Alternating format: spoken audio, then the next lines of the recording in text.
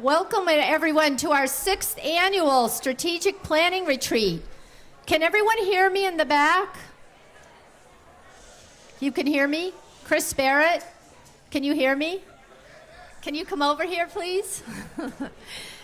So I'm Jodi Ross. I'm the town manager. I know most of you, but if I haven't met you, please come up and introduce yourself to me tonight. And this is our 6th annual retreat. We had 257 people sign up for this today, or not just today, but as of today. That's the biggest turnout we've had, and we're expecting to have 270 to 300 people tonight. So thank you. Let me give everybody a round of applause for that.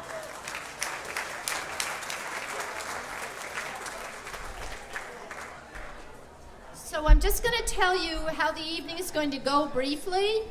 If I could just have your attention for a few minutes. So what we're going to do is we have 4 topics. The topics are the center fire station and combined dispatch. Also, I'm going to look this way too. And what we're going to do with the news center building. You're going to hear 10 minutes on each of these presentations, and then a 10-minute, no more than 10 minute on the financials. And then we're going to break into groups. So I'm going to tell you now where your group's going to be. If you're interested in talking and hearing about the center fire station, combined dispatch, or what we're going to do with the news center building, you're going to be right in this area here, including outside, right outside. There's tables. So that's center fire station, combined dispatch, and the news center station. 128 of you signed up for that. The next topic is the rehabilitation of Rodenbush. That's something that's facing the town. We really want your input on that. If you're interested in participating in Rodenbush, you are going to be on that side of the tent, like after the pole in the middle there. Then the next topic will be the, hopefully, new location for the recreation department, which has been in the fire station for several months. And that discussion is going to go on in this side up to that second pole there. And then the last one is the library expansion, which is being proposed, and that will be at the far end of this tent on the other side of that pole right down there. Okay, so those are the locations. You can mingle, stay a little while in one, move around. It's very, very relaxed. So whatever you want to do, but if you're really curious about that, go straight to those locations. So with no more ado, I'm going to introduce Tom Mahanna, who is from our Permanent Town Building Committee, and he will give you a brief update about the center fire station, combined dispatch, and the new center building.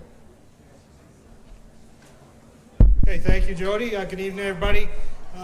Regarding the center fire station and combined dispatch center, where we are now in the project is we just recently selected a new architectural firm, which is going to hopefully complete the project for us. We had to kind of change gears a little bit here about a year into the project and go with a new firm.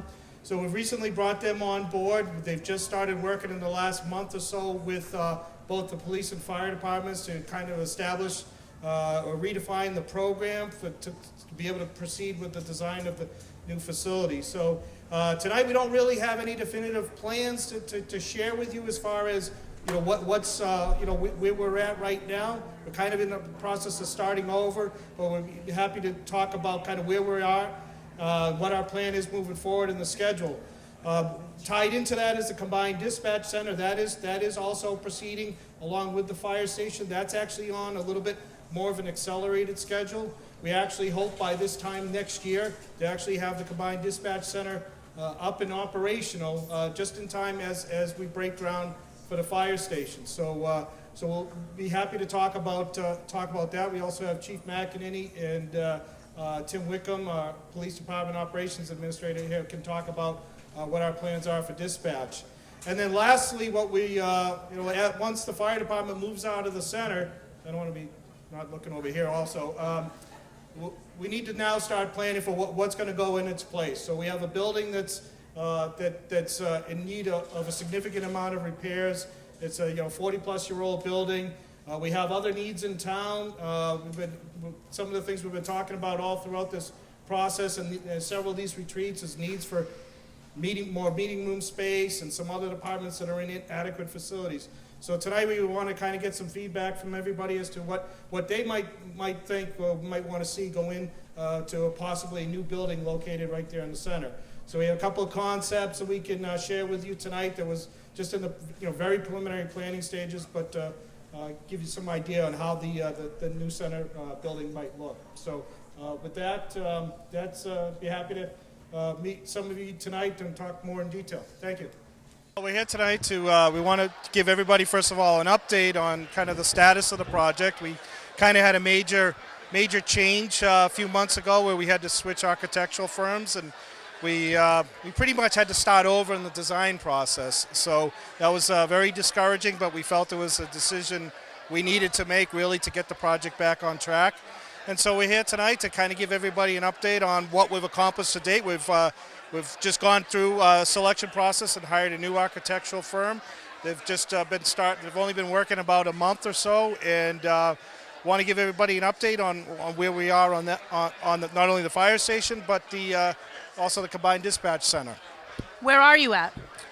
So what we've done now on the fire station is we've gone through and done all the preliminary, it was called develop the program. So we've gone through and we've working with the fire department and looked at every single space that we need in the in the facility. And so we've come up with a preliminary size of how big the building is going to be and what all the office equipment and living spaces that are going to go into the building. So right now we were very encouraged. We're looking at a building that's going to be right around 20,000 square feet, and we'll hopefully have 5 equipment bays and also a 49-seat training room. When do you think the new building would be complete? We're hoping to have the new fire station complete by, let's see, we're going to break ground spring of next year, 2017. So we're hoping that they'll be in the new facility by late fall, early winter of 2018. What's going to happen to that old building? Well, that's kind of what we're here tonight to talk about. The building, we want to try to see what gets the feel for what the community thinks should go there. We hear about needs for other meeting space. We're looking at a couple other departments, such as the technology department needs to get out of their location. So we're looking at possibly a smaller building in that location. We always hear about parking, needing more parking. So right now there's no definitive plans, but possibly another, like a town hall annex with a large meeting room space could possibly go there. So I forgot to introduce our brand new assistant town manager, Eric Heideman. So this is Eric.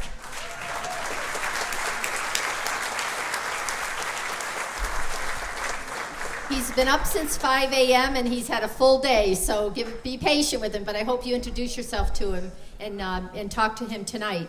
So the next project that we're going to talk about or listen to is the Rodenbush Community Center rehabilitation, and I'm going to introduce Don Mills, the architect, and Bill Kenison, our facilities technician. Thank you, Jodi. Good evening, good afternoon, everybody. Good evening, whatever it is. Anyhow, I'm Bill Kenison. I'm the town's facilities technician. I'm in charge of making things better. We have a beautiful building, 119-year-old Rodenbush building. It's a gorgeous building. It's an iconic building here in town. And the beautiful old lady needs a little work. In 2013, the town commissioned a capital needs study for the 3 Rodenbush buildings. It was obvious that the community center needed the most work. In 2014, we commissioned a planning study for the Rodenbush building. We kind of shift gears after that because we weren't entirely happy with what that architectural firm gave us for information. So we moved to an architectural firm called Mills Whitaker Associates. Don Mills is here with me tonight. They have produced a schematic plan for the building. We're here to discuss it. We'll be down in that far corner. We hope you'll come and listen in. We also have a questionnaire we'd like you to fill out about the presentation, about the building itself, and how much you've used the building. And with that, I'll turn it over to Don. He'll discuss the project a little bit. Don Mills. Thanks, Bill. So Rodenbush was built in 1897, and in 1929 there were modifications to the interior of the building, and the gymnasium was added.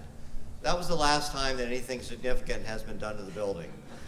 So it gives you an idea of what we're up against. There's a lot of work is really fixing 4 generations of electrical wiring in the building, bringing egress and emergency systems up to code, providing handicap accessibility without destroying the historic fabric of the structure.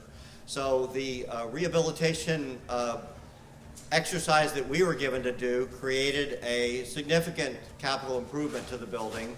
And then at town meeting, if you were there was the request to look at options. So tonight, if you join us, we'll talk about some of the incremental options that can be done in lieu of the full rehabilitation, some of which involves very, very minimal work, some of which would simply defer some work.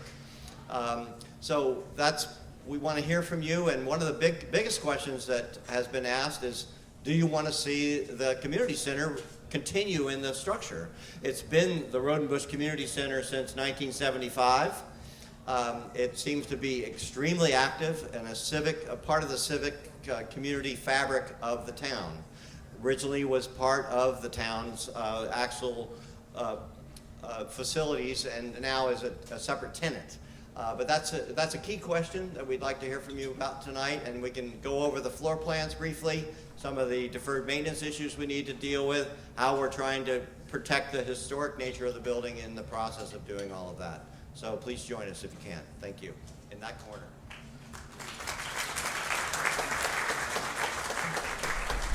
Thank you, Dawn. So the next topic that we'll hear about is the Recreation Department Master Plan, and we have Chris Barrett from the Recreation Commission, and Pat Savage, are you speaking too? No? Pat Savage sitting this one out, so here's Chris Barrett. Thank you, Jodi. So I'd like to start off this evening with just asking, does everybody have a copy of the presentation? Pat's holding it up. We tried to hand them out. I'm going to be kind of following, hoping you can follow along as I go off of my copy here. So I'm starting on the second page, which is entitled The Mission Statement of the department. And I just wanted to ask the group here, with a show of hands, how many here have actually taken part themselves or have had a family member take part in an offering by the Parks and Recreation Department? Wow. Okay, keep your hands up. One more question. How many of us have taken part or have used the town beaches, have been on the town common, have been on the playing fields that this town has, or some of the other open spaces? All right, that's a very high number. That's great. So all those resources are brought to us by our Parks and Rec Department. So we're going to go to the next page, which is entitled By the Numbers here. And I wanted to point out a couple interesting facts about the department. The first of which is, for this fiscal year, the budget was $1.3 million. Now, the Park and Rec Department is a little bit interesting, the fact that it actually runs as an enterprise fund. Over 90% of that money comes from programming fees rather than from your tax dollars. So I think that's a pretty interesting aspect of this particular department. The next thing I wanted to cover was how many people this department has. We currently run with a little over 13 people, but at seasonal employees, we're up to around 200. And what's interesting is many of those seasonal employees are our children who have come through the programs that are now coming back and giving back to the community by getting summer jobs as camp counselors or lifeguards, which I think is a really phenomenal opportunity for our youth to have. The department offers over 200 different programs, and over last year we serviced over 2,300 children, which is a great number of kids that got awesome programming at a very reasonable cost.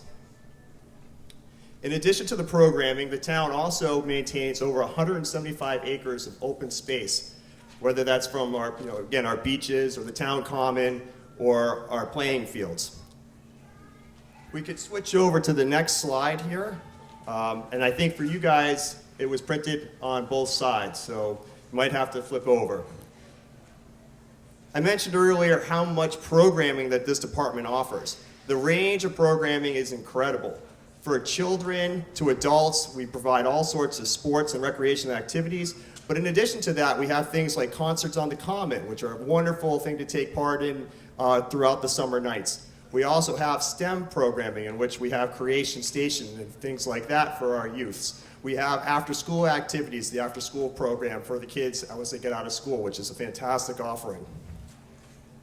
Switching to the Parks and Grounds slide, I just want to cover something that people may not know, that our wonderful town common, which is maintained by the Park and Rec Department. So every time you go by that jewel and it looks green and nice and lush, you can thank Pat's grounds crew for doing such a great job there. The Park and Rec Department had two interesting pieces of news happen to them at the beginning of this year. One was good and one was not so good, and I'm going to lead off with the not so good one. Unfortunately, the home of the Park and Rec Department, 35 Town Farm Road, was deemed unfit for, for use. And so the department, as Jodi pointed out earlier, has been moved to the fire station next door for office space and are leveraging, at the goodwill of the senior community, the senior center for programming space, such as the crew offerings that they provide. So the town is currently looking for temporary space to rehouse the department, and we hope that that will be taken care of in the near future. The good piece of news was that we completed the recreation master plan that we started in 2015. The previous recreation master plan was done in 2003. And the recreation master plan is an important planning document. It allows us to go forward and ask for grants and allows us to better tailor the programming offering that we give to the residents of Westford. Two last pieces of information for you this evening. The first of which is our small breakout session. We have a really cool, interactive, fun thing for you guys to do tonight. Essentially, we're going to ask participants to build their own recreation facility. It's really kind of neat. If you like playing with Lego and building things, I encourage you to come over and participate. It'll be really fun. And the last thing I want to point out to everybody is on the last page, we want you guys to be informed. We want you guys to stay involved. So we've listed a whole bunch of different ways that you guys can get involved with this process and stay informed. And we hope that you take an opportunity to sign up on some of these mailing lists or on the Facebook page so that we can stay in touch with you. And the very last item is that the Park and Rec Commission has 2 openings currently. We're looking for interested members to join us. It's a really fantastic way to give back to the community. So I encourage people who are at all interested to join. We provided the link on how to sign up, and it's a really rewarding experience. Thank you very much for your time, and I hope to see you in the interactive sessions.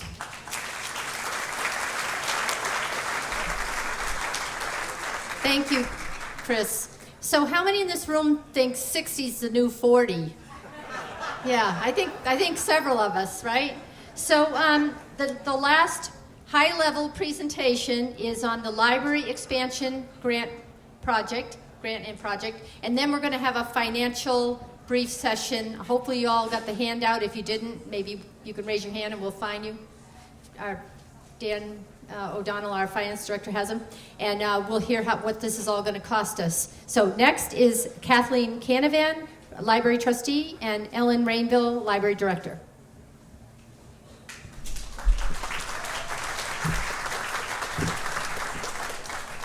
Good evening. My name is Kathleen Canavan. I'm the chair of the Library Facilities Need Committee and also a library trustee. To my left is Ellen Rainville, director of the J.V. Fletcher Library. The Library Facilities Needs Committee was formed about 2 years ago. It's a collaborative committee with 2 members of the Permanent Town Building Committee, 3 library trustees, and Ellen Rainville. This was in response to the Massachusetts Board of Library Commissioners, the MBLC, announcing that there's an opportunity for a design and construction grant. This is a matching grant. It's a 2-step grant. The first step is the design grant. The second step, the construction grant. In 2014, the J.V. Fletcher Library was awarded $50,000 matching grant. So tonight, I want to point out 3 things. I'm going to tell you where we are with the planning and design grant. I'm going to tell you what the next steps are and how we're going to move forward. So currently, we've completed the planning and design grant, and the Massachusetts Board of Library Commissioners is in the business of supporting the design of libraries. So part of this process was a very prescribed, strict set of guidelines that we had to meet in order to get the grant. So first, we hired an owner's project manager, an OPM, who helped us hire an architect, Feingold Alexander Architects, who did this schematic design. They produced a set of schematic design drawings. To start the grant, Ellen Rainville, the director, had to write a building program, which is a very lengthy, detailed document. It outlined the requirements for the library for each room, children's area, young adults, circulation, reference, as well as the amount of stacks and material. And part of this library building program, she had to go back and write the history of the library, as well as a community analysis, where we wanted to be in 20 years to design a 21st century library. This building program examined the existing building, analysis of current collections, trends, staffing use, and public use, and stats. So none of us would be able to write that other than Ellen. So the value in this building program, it sets the design parameters for the architect to launch into the schematic design. So Feingold Alexander worked with us for about a year. We did many iterations of design, this committee, and we met every other week for 12 months. And finally, we have a set of floor plans. I welcome you to come over in that corner and look at them. We have a first floor, second, and third floor plan showing the location of the equipment and the furniture. We have two elevations. We have exterior elevations at night and during the day, and we have interior elevations. So you get a really good view of their vision as to what we want this addition to be. The addition is in the back of the library. It's in the rear side. So the value with this building program, so the architect can take those square footage estimates and design the library within this stringent set of parameters. Much of the existing library will remain and its historical characters intact, which is very important to the trustees. Additional steps we had to go through to meet this grant. We had to hire a geotechnical engineer, site borings, soil borings, perk tests, all for appropriate site constructability. We had to hire a land surveyor to do boundary delineation. We had to review 3 additional sites to make sure we were proposing the addition on the correct site, as well as a hazardous material assessment. So the culmination of the schematic design phase was to produce a set of a preliminary cost estimate. And the value is here. We not only had one cost estimate, we had 2. The owner's project manager gave us an independent cost estimate. Sorry, I'm trying to look at this side. Okay. So the owner's project manager gave us a preliminary cost estimate, and the architect gave us a preliminary cost estimate. They met with the committee, we reviewed the numbers, we asked for some refinements, they went back, collaborated, and presented again to the committee. So right now, in conclusion of the schematic design, we're pretty comfortable with the numbers we have for the proposed cost of this construction project. The next step of this process is we'll go to town meeting to request to allow the library to proceed with an application for the construction grant. This application is due in January of 2017. At that point, no funding would be sought, no financial commitment from the town until the future award is announced. So where we want to go forward. So to move this project forward in the next phase, the construction grant, we have to apply by 2017 January. We have to get in the queue, and then we just wait. The competitive multi-year award is on a rolling basis, a need basis. So we don't know when and where our library will fall into that place. So potentially it could be awarded in 2018 or 2020. But the important thing is to get the work, get in the queue, and take advantage of this grant opportunity. So I welcome everybody to come to that corner, meet the library department heads, meet Ellen and myself, and ask any questions you have. Thank you.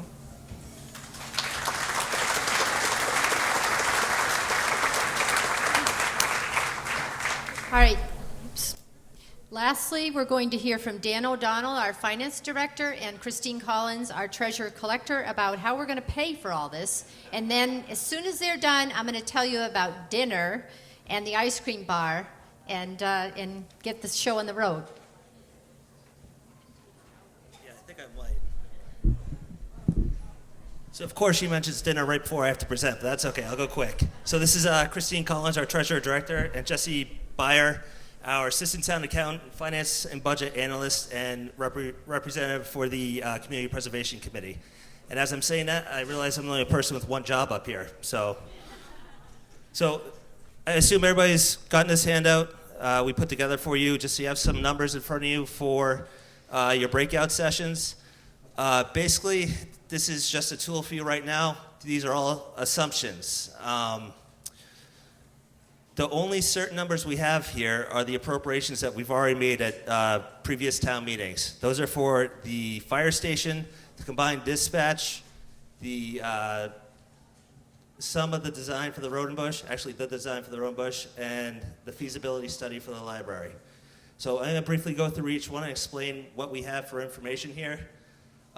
Starting with the fire station, last May, the town passed a debt exclusion, which means the taxes will be raised temporarily to fund this project. So down here we have a table showing for 20 years starting in FY19, the town is going to have an estimated debt payment of $820,000, and for the median assessed house to $470,000, you'll be assessed about $89 per year. So I know I'm the most popular guy here right now telling you that, but the next project is the combined dispatch. As Tom said, this is underway, moving fast. We are not raising taxes to fund this one. This is called non-excluded debt. We're paying for this within the levy limit. Typically for larger projects, we'll have an exclusion. For small ones, we won't. And lastly, for the first group, we have the replacement of the center building station. I gave Jodi a draft of this on Friday, and she said, "Where's the center building?" I'm like, "Well, we don't really have any numbers for that yet, so make some up." So basically, this is just a starting point. She talked to an engineer and got these numbers. I'm just kidding. So essentially, she spoke to Tom. He's basically our engineer in-house. And Tom made those up. So this is just a conversation starter. We haven't done any research on this except for Tom's word here. But we're thinking 6,400 square foot building, $500 a square foot. It's about $3.2 million. And that's all the information I can give you right now. Next up, we have the page on the Road and Bush Community Center. We have had some previous appropriations to fix the fire protection system. However, when they got in there, they decided that they needed a lot more work done to this building. So those fundings are still there, available for use.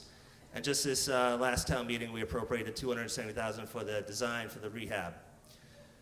The table in here shows basically options that were presented by Don Mills for what we could do with the building.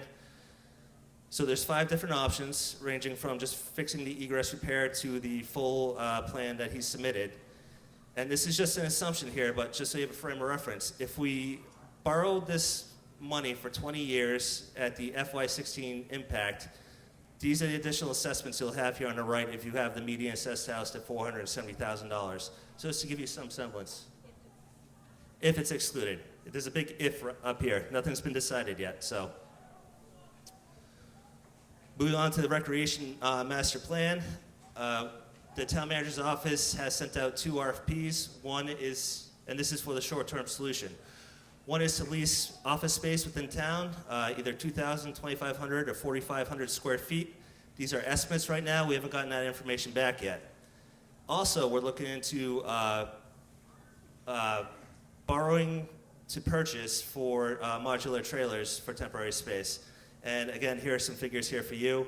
If we end up buying these over 10 years, I mean, it would cost, anywhere from $71,000 to $131,000 at that time. Lastly, moving on to the library expansion, these were the numbers as provided by Ellen Rainville to the Board of Selectmen 2 meetings ago, I believe. And basically, I just want to say that the total project cost is for FY20. As you just heard, that might be delayed a couple of years, so the cost could increase by that point. So below here, we have the bonding estimates for just the town share. At that point, we could be looking at $93 per household over 20 years for the $470,000 house. Now, the next page is more my kind of numbers.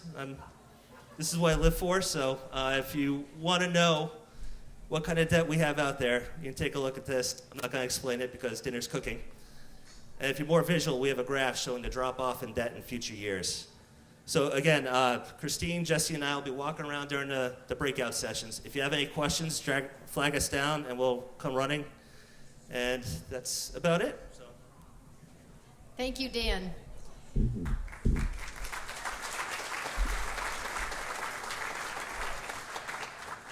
So, where are we on the schedule? I think we're doing well. So what we're going to do now is break into those groups, and everybody knows where they are. I don't need to repeat that. And you will have dinner at 6:30.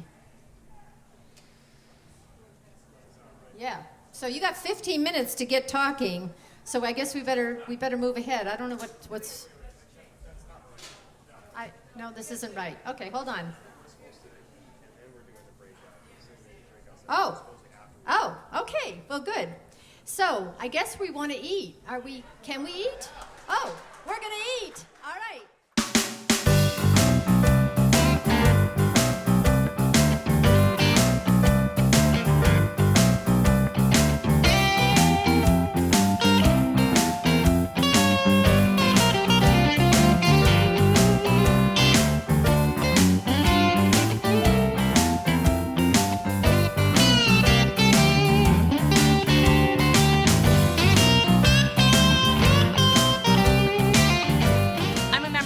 North Main Task Force, and I'm happy to be reporting that we've made some updates in the last year.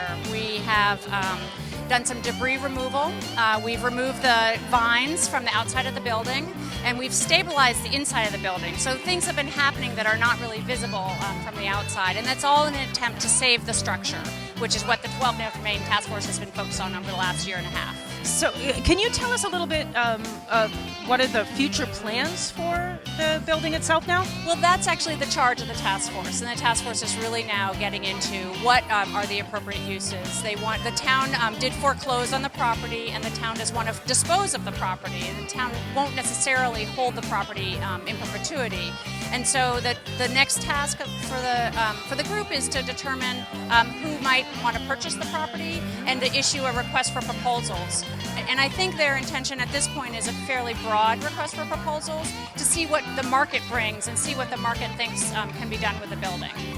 Didn't you have, on one of the task force meetings, people had an opportunity to voice their opinion on what they would like done with the property? What were some of the ideas that came out of that? Well, there were, it really was an array of uses. Some people wanted a park, which would mean the building would be demolished. One of the things the task force found out when we hired architects to study the building and help us understand how to stabilize it is that demolishing the building would actually cost almost $2 million. And so that's actually one of the more expensive options. So the task force is not looking towards the park option at this point, and so they're looking for maybe mixed use, maybe housing, maybe commercial, maybe light industrial, like what it is, kind of like what it used to be. So they're open to a variety of proposals. But and I think mixed use was the next after park. Mixed use was the next highest. The history of Graniteville and Forge Village with the mills and the people that used to live and work there is really amazing, and it would be great to see the building continue to be used in a productive way. What are you doing here tonight? Well, we were asked to identify some of the issues with veterans as housing, transportation, and just kind of make recognition for our residents in town. What are the issues with our veterans? How many do we have? Where do they get their health care from? Identifying, issues and concerns, and what we're doing if we want to engage with anybody about what we're doing to remedy those situations and get people into the programs so that they at least know what services are available to them and how to tap into them and how to get access to housing or whatever is their issue going on. Medical issues are the biggest one. People are looking for health care, and that's one of the biggest concerns, as well as what benefits. People don't know what benefits are available to them. So I'm here to answer those kinds of questions and just have some spotlights. We have about 1,000 veterans in town, and about 50 or 60 of them are women, the rest are men, and just across all the community of all age groups. So we're trying to, just be here to answer questions that the citizens may want to know about.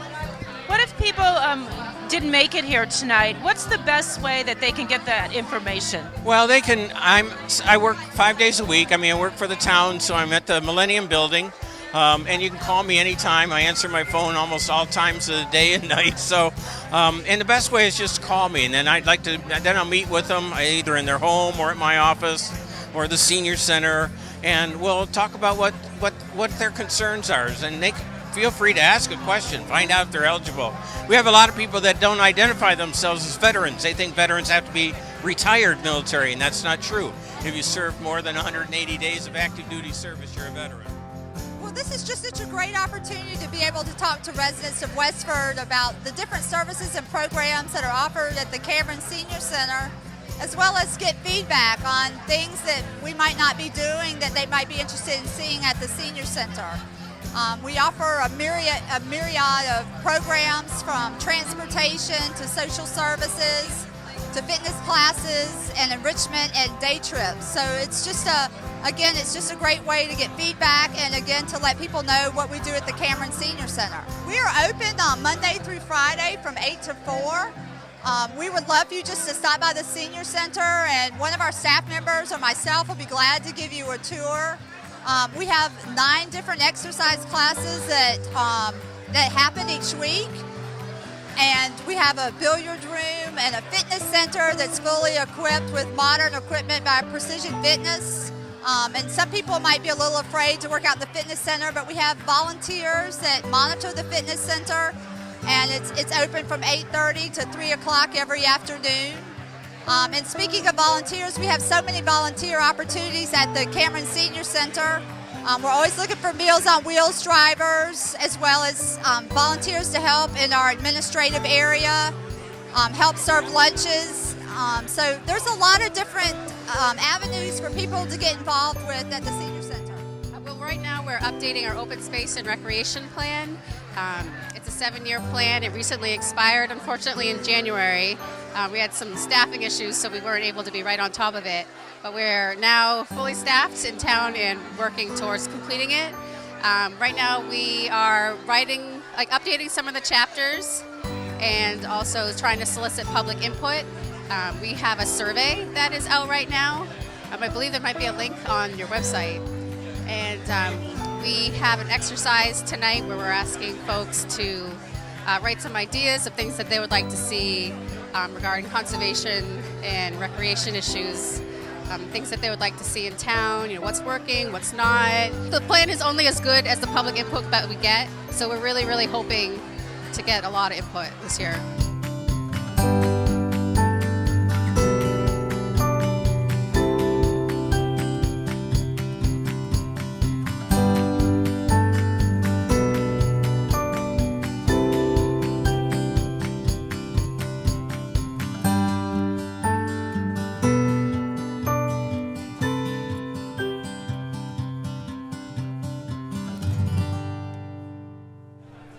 We're going to give a recap on what we learned during our breakout groups.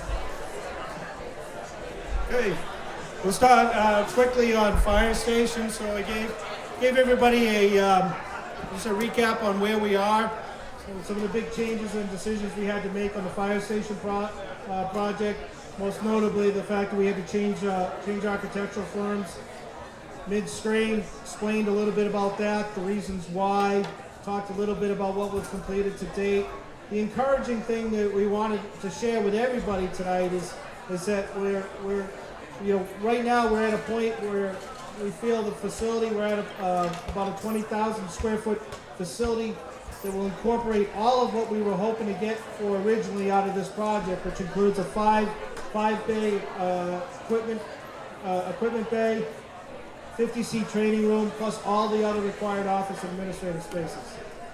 We had several questions and concerns about traffic, not only construction equipment coming in and out during the construction of the project, but also what additional traffic or signal improvements might be required out on Boston Road for the long-term use of the facility. Talked a little bit about how we're going to proceed with that, working with Mass DOT and the town engineer to identify that. Combined Dispatch Center, we just updated on where we're at on that. That project's moving forward. Hopefully be online next year, well ahead of the construction and, of the fire station project. And then lastly, we talked about the conceptual town building. Right in the center, what would replace the existing fire station. And so we got a lot of feedback, and I'll just share some ideas that people shared with us. First and most importantly would be to get the veterans agent and have a vets department office back in Town Hall, back in the center. Of course, the need for more parking, and that was reiterated several times. Somebody suggested possibly some daycare facility, moving school administration out of the Millennium and back up into the center, putting the permitting and health departments back together, having a Starbucks in the center. Don't shoot me, Ellen. An indoor marketplace, moving the IT department back up into the new building, getting them out of their existing facility. Somebody also suggested about a cultural facility such as like an art museum. Somebody also suggested keeping the old building and just renovating it, putting the IT department in and whatever else could be fit into that space. Also, a new building that would provide flexible office space not only for town departments, but also possibly for private businesses. And then lastly, more storage. So we appreciate everybody's input on that and participation in our session. Thank you.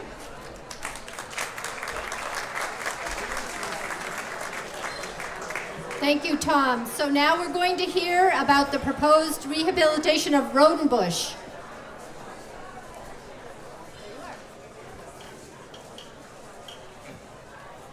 So for Rodenbush, we went through the proposed plans for the full rehabilitation and explained the changes relative to life safety, accessibility, deferred maintenance, and historic rehabilitation. And then we went through 4 other incremental options and talked about the fact that the options all come with a degree of risk in terms of the integrity of the building, the accessibility thresholds, and the fact that certain elements in them might prevent the full rehabilitation later. Other might require just a deferral of accessibility. So there are risks. There are risks with each of the incremental options. But there were good questions. There were questions about the variance process with the Architectural Access Board. One thing that came out of that was we stressed the fact that the front entrance will be a primary variance request because we are not proposing to make the front entrance any differently than it is now. Not proposing a ramp or a lift or anything of that sort, because it is so important to the character of that. And because the side entrance can easily be made accessible, it will lead directly to the elevator, and it's adjacent to the accessible parking. So describe that process a bit. I don't recall hearing any negative comments, but maybe that's just my own take on it. It was a good interaction, and people seemed to appreciate all the information that was granted. We did get surveys with quite a few questions, and from what I could tell, everyone that was in the discussion filled out a survey, and so I'm interested in seeing what those results might be. Thank you.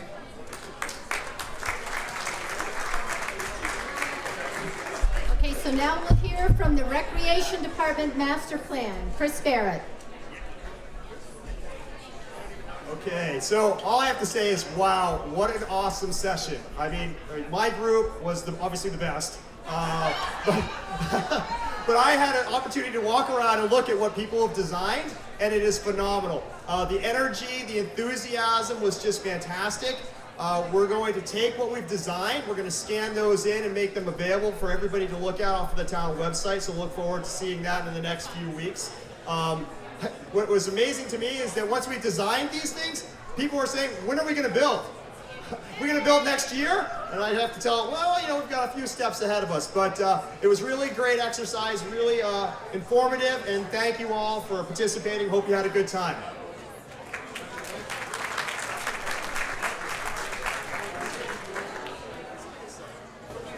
Wow, that was the quickest I've ever heard Chris speak, so I wasn't ready. Now we'll hear the library report. Ellen Rainville. Hi. So we had an opportunity to share the grant that's concluding for the library and the grant that we hope the town will support us in applying for in January of 2017.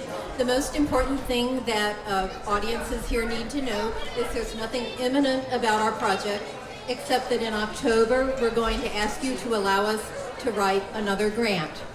The Board of Library Commissioners and the Commonwealth will be levying a grant in 2017. At least 35 municipalities will be applying. We hope to be one of them. We want to reclaim $8 million of grant money for our community. Your taxes are going to pay for that, whether we compete or not. The design that we're looking at will triple our young adult area, double our children's area, double our meeting rooms, all of which will be available after hours, increase our parking, increase our technology, and give us a 21st century library, which looks like the 21st century only from the rear approach. So we're very excited about this. Every household in Westford can have this for $1,884 over the life of the bond. And by 2020, we hope to be telling you that we finally have been a grant awardee. And at that time only, we'll ask you to vote at town meeting to support or not that grant, and we'll ask you to hold a debt exclusion vote. So again, there's nothing imminent about our project except that we need your support at October town meeting. And we have a great deal on our website, and we have another grant to write, hopefully. So you're welcome at any time to come to our meetings and look at our website and get more information about the two grants that are in play.